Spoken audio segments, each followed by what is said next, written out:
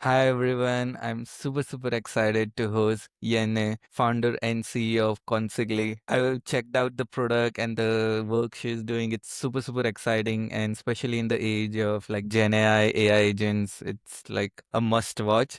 So thank you, Yenne, for being on my show. Thank you so much for having me. Really excited to be on your podcast. So people who might not know about your background, why you started, can you walk us through your college days, what excited you and what led you this?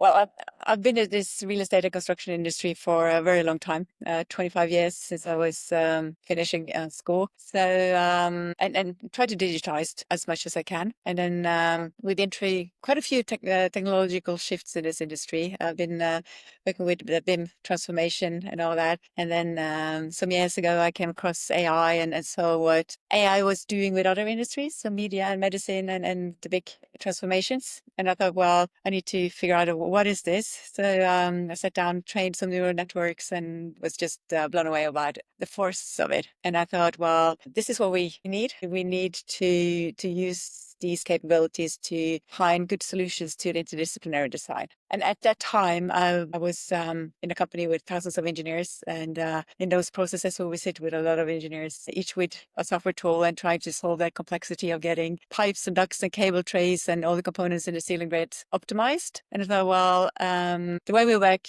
today is not very efficient. It's an industry with low efficiency, hasn't been making much progress even with all the digitalization. So I thought, well, here's a technology that can make a lot of difference. So then I started Consigli with the aim of getting more optimal design and engineered solutions for real estate, and with the special target of reducing the amount of material we use in this industry, because we cannot continue using this much material or waste so much material, use too much, when we can do with less. Got it. From your experience all throughout the years, what has been your pivotal moment and any mentors or people who made a big difference in your career? Oh, that's a hard question. I know a lot of great people. I think I'm collecting great people from both from the industry, but also from other industries. I usually say, well, here in building Consigli, I gather all the all the knowledge that I've had both from education and the jobs that I've had, but also from all the people that I met on the way. Not sure if there's any pivotal moments, really. I think it's more like a steady flow of being curious, getting a lot of great input from people from various places, I think, and then connecting the dots more. Got it. Anything you wish you would have done differently? When starting Consigli? Yes. Yeah, it's probably bad to say I shouldn't have started the company in Norway, because the current regulations or the current circumstances for building tech companies in Norway is not the best. Should probably moved out sooner, or maybe established this company in a larger market to begin with.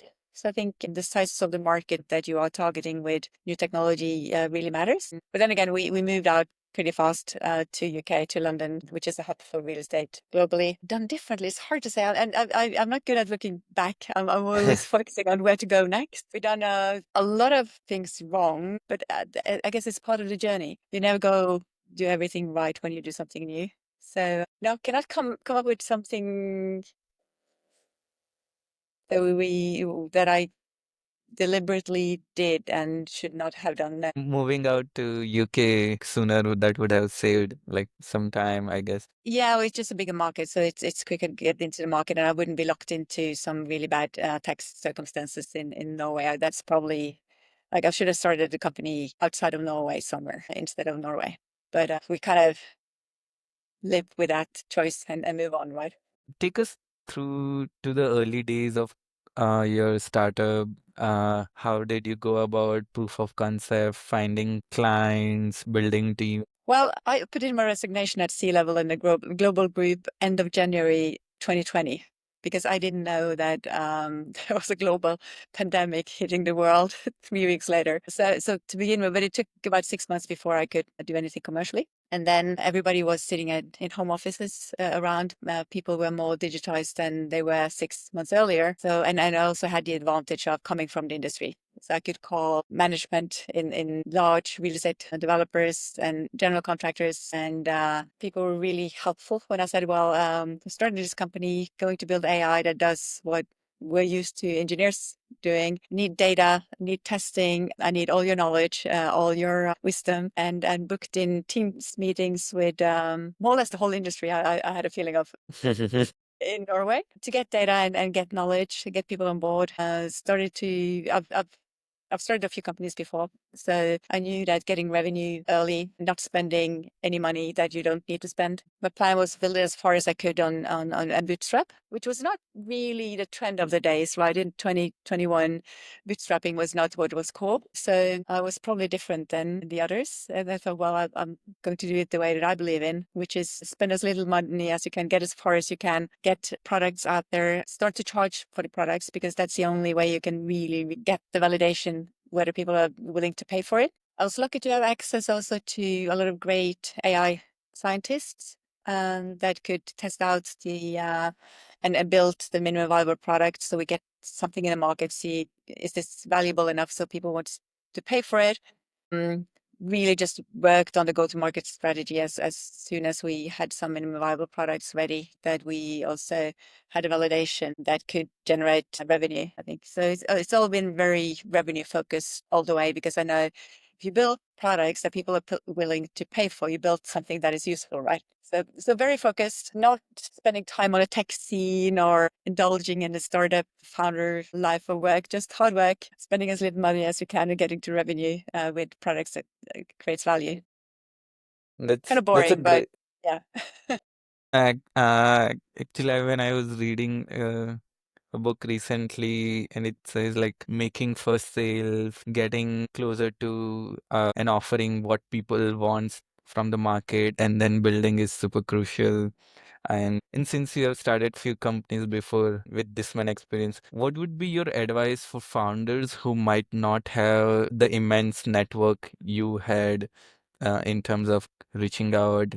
How would they smartly navigate that phase? I think it's just really important to get out there among potential customers and talk to them. Hanging on the tech scene is not where you find your customers. You might find some funding to build something, but I think it's getting those customers, getting the product out there, test what provides value, what does not provide a value, because a lot of the stuff you plan to make is not really something that becomes viable at the end. So instead of trying to build a network amongst other tech people, try to build a network amongst the ones who will become your customers. I think that is really important. I did have the benefit of being around for .com back in the days. So that is, I think, also it's where I really learned the hard way to not be too much part of that fun tech scene, but Hmm. focus on customers and value. In last 4 years of of your company, what has been the most challenging phase?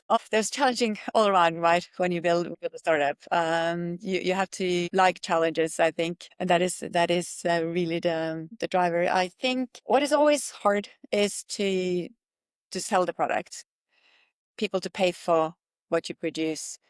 Two sides of it. People are not used to paying for new things, and then also you have to make something that is worth paying for, right? Mm. Two sides of the coin. Finding the right people as well.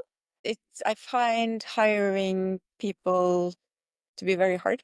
You need to find people who are a good cultural match of being in a startup. It's totally different than a corporate. I think people might think it looks like a fun thing to do, and then you realize it's not always that much fun unless you really like hard work. There's a cultural aspect of being in this kind of company. So I think hiring and firing, it's hard. Getting revenue, navigating, in our case, in a very traditional industry, getting people to finding the people who wants to test out new things to get better. I think also it's a hurdle because we do navigate between engineers. Engineers are not necessarily the most innovative people, right? They are the probably most risk averse people that's out there, and they come up with new things. And navigating in an environment amongst engineers, that is hard. It's a lot easier to navigate amongst business people with new things that are good for business. That's probably the hardest. Yeah.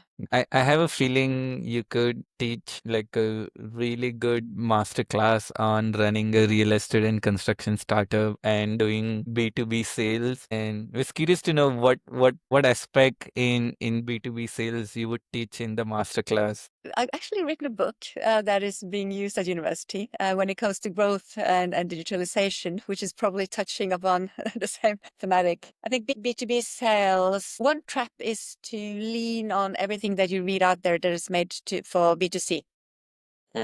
A lot of the big successes within tech are made and tailored for B2C, both the financial models and how to scale. I think a hard thing of B2B is the licensing model because it's so easy to lean on what has worked for B2C and think that is also the model for B2B. You need to really dig into the business processes of the industry you go into and figure out what are the obstacles you need to meet, because it might seem simple from the outside, but there are reasons for why things are the way they are. It could be cultural, it could be just the way people are used to work, but there could also be security obstacles. So getting into and truly know the business model of your customer side and make products that aligns and is possible to get into to put into that business model. Because if you had too many obstacles on the business side of getting your product in there, it's going to take a very long time. So there's a ton of really useful things we could have made, but it doesn't sit well with the current business process at the client. So we wait until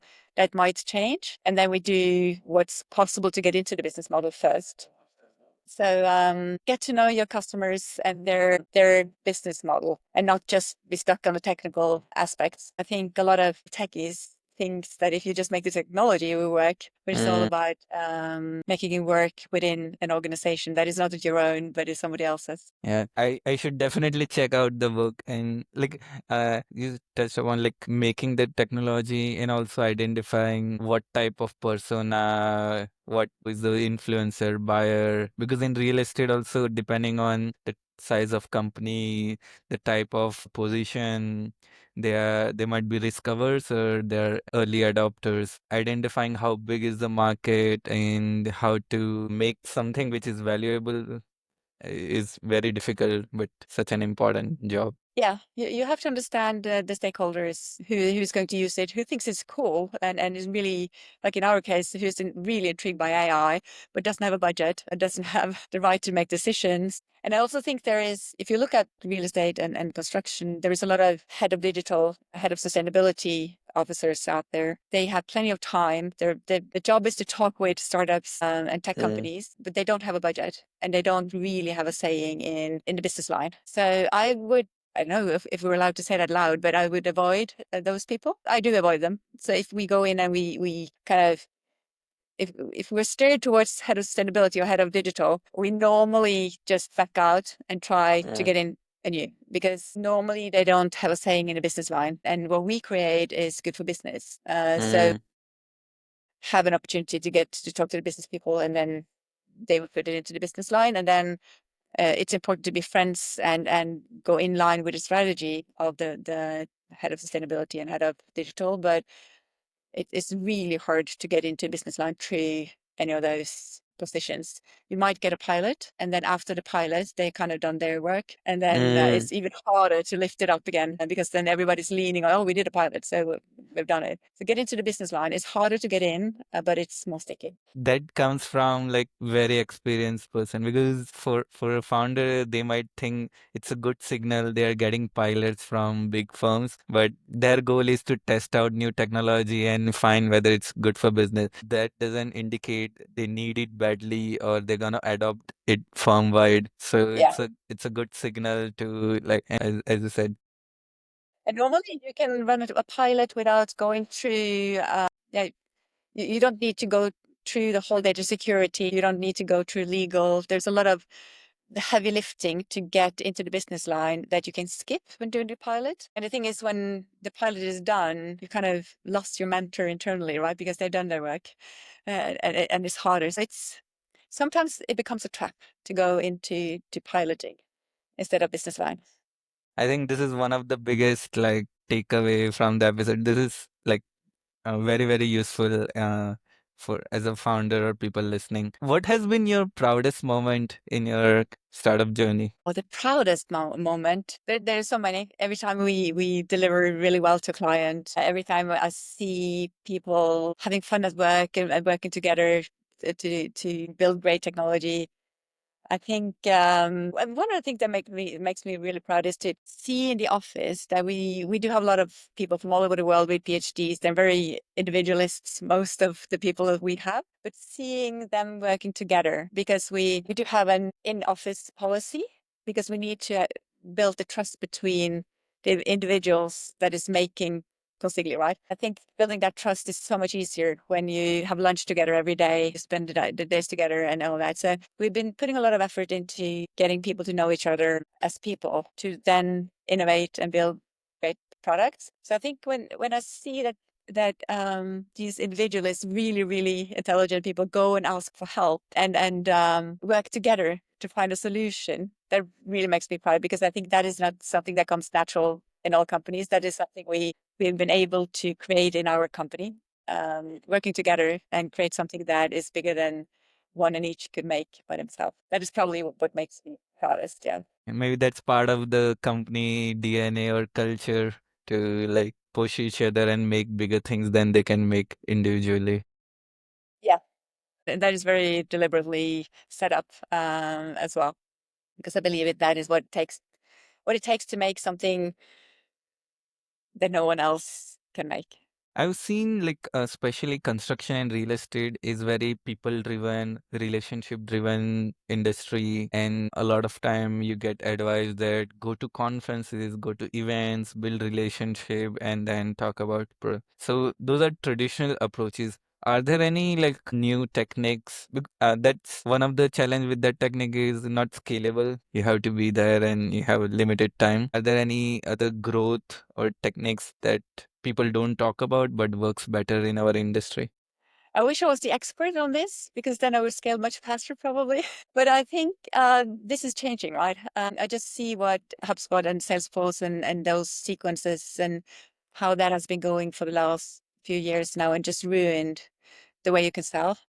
My inbox has 300 inbounds. That is a result of a sequence for somebody who wants to sell me something every day. So I think the times where you can set up sequences in HubSpot and think that that would give you sales is over. I think for the last 2 3 months, it's just collapsed. I still believe in going to conferences and like you say, it's very relationship heavy industry. But then again, it doesn't scale, just as you said as well. The thing is, with the people showing up at conferences, at least the level we sell into, that those people, they like to buy, but they hate being sold to.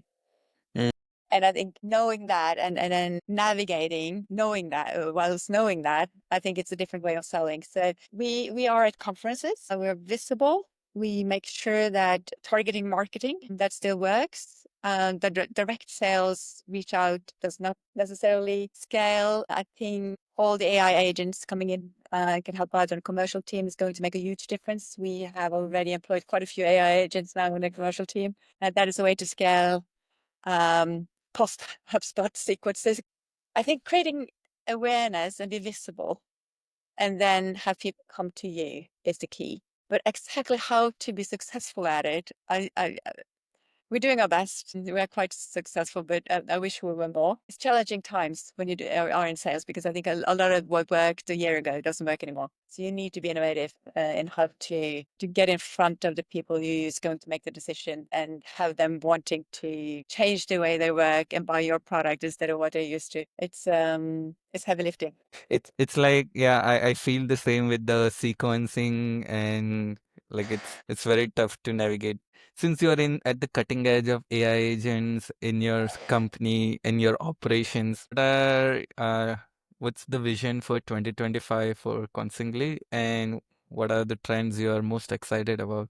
Well, we have just started scaling globally. We started 2023, we went into UK, 2024 into US. We have started to scale in Asia. So for us this year is really about getting our technology out globally. That excites me because we learned so much. You have the differences in the different regions of the world, but still it is a very homogenic process especially in engineering and design, right? We work more or less in the same process. We work more or less with the same tools traditionally. A lot is the same, but then it's discovering where are the differences and navigating those. That is, I think that is 2025 for us. And then seeing timing wise, which of the markets are ready for going AI and which are not, because you can spend a lot of money in going on wrong timing in a country, right? Seeing what scales in the same way, what does not. So the goal for us this year is to grab as much global market shares as we can because we are the category defining company. So I think that is what you need to do in that position, right? That's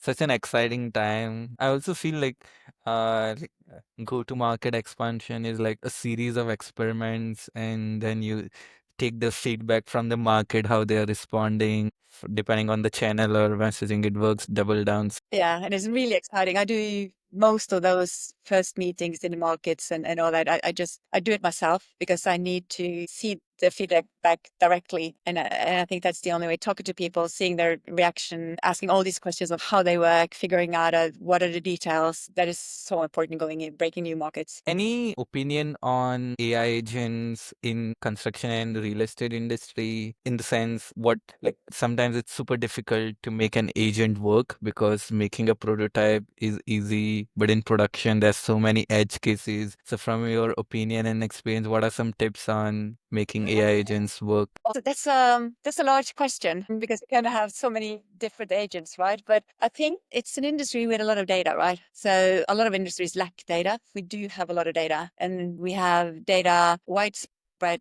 set of data, and we do use a lot of databases. So there is a ground for these agents to crawl.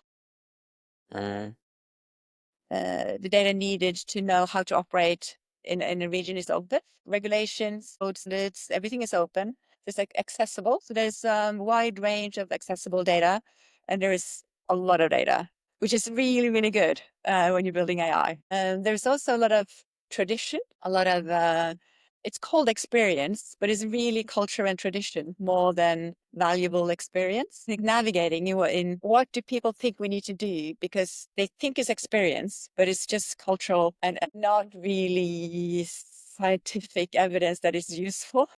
I think peeling away everything that is only there because it's what they're used to and its culture is not really valuable experience and still pick up what is valuable experience. I think that is something that is worth navigating well. In my opinion, at least 75% of what we do and how we do stuff is the culture and not valuable experience. Training these AI agents, it's really important to pick up on what is valuable experience and what is just something we do because it's the way we've always done it. It's not because it's high value. That's a very interesting take. I have final rapid fire round to wrap up the interview. So you have 1 or 2 sentences max to answer, and you have to keep it super brief. So the first one is your favorite architecture building. Oh, my favorite architecture. I wake up every morning and look at the Shard here in London. I love that. I love the way on top it's not completely solid, so it looks like it's scraping the skies. All the clouds are um, almost part of the building. That was what came to my mind first. There's so many. I love buildings. I really, really like a wide variety of architecture as well. I think people, it's like, oh, I love this archetype of architecture or this one. I love the way architecture and shows us so much. You can walk through the city and you know exactly when was this built, from who was it built, from what kind of industry was it built, or what kind of family structure was it built. I think I just have a love. That was way more than 1 or 2 sentences, which asked me to answer. Sorry about that. I love the building. 3 words your friend would describe you as. That is always like you know how you want to be perceived and how you are perceived. I don't know. I think I have a lot of courage. Not very diplomatic. I don't know what the counterpart is for that, but and probably a bit arrogant. I don't know. I think it comes with age, but it's probably deep in the personality as well. It's not arrogant to be rude or anything. It's just I'm efficient, and then I think you come across as arrogant sometimes. But focused and efficient, probably. Any city which is in your travel bucket list. I've been so lucky. I've been more or less all over the world, and I usually my husband makes a joke about that because normally when I land somewhere new, it takes me a few hours and then I call home and I say, we need to go and live here. So I'm very excited. So many places in the world, but I studied close to Sydney in Australia. I have a dream of coming back and live there. It's one of my favorite cities. I live in London now, love London. Of course, I'm from Bergen, which is one of the, I think, one of the prettiest cities in the world. Lived in Oslo for a very long time. Love Oslo. Yeah, where else? I was in Cannes at Nipim last week. Beautiful, even in rain. I like cities. Yeah, I really like cities. I can I can tell. Any book or movie which made a big impact in your life? Quite a few. I like to read. At the moment, I read a lot about books written by people who have been able to scale companies, of course. So if I'm going to give one of those, it's what's the name of the book? I read on Kindle, so it's always hard to remember the name of the book, right? So it's High Growth Company, I think it's called. It's a blue book with green letters on it. I just saw the Netflix series of the Piranhas. Mm-hmm. Made a huge impression because before I saw that documentary or film or that made based on it on a real story, I guess I didn't know she really tried to make the best out of it. And then you know how it is when she was the one who lied to the investors. She did the wrong thing, but there was a lot other stuff that went wrong. Leaning too much on people that are not the best for too long. I think pivoting, making sure that you keep track on where you're going. And a shortcut can be a temporary shortcut, but just make sure it doesn't become the main road. Just I think you learn a lot from things that went wrong. And then there, I believe that if they did prioritize differently, they probably could have been able to make that prototype, right?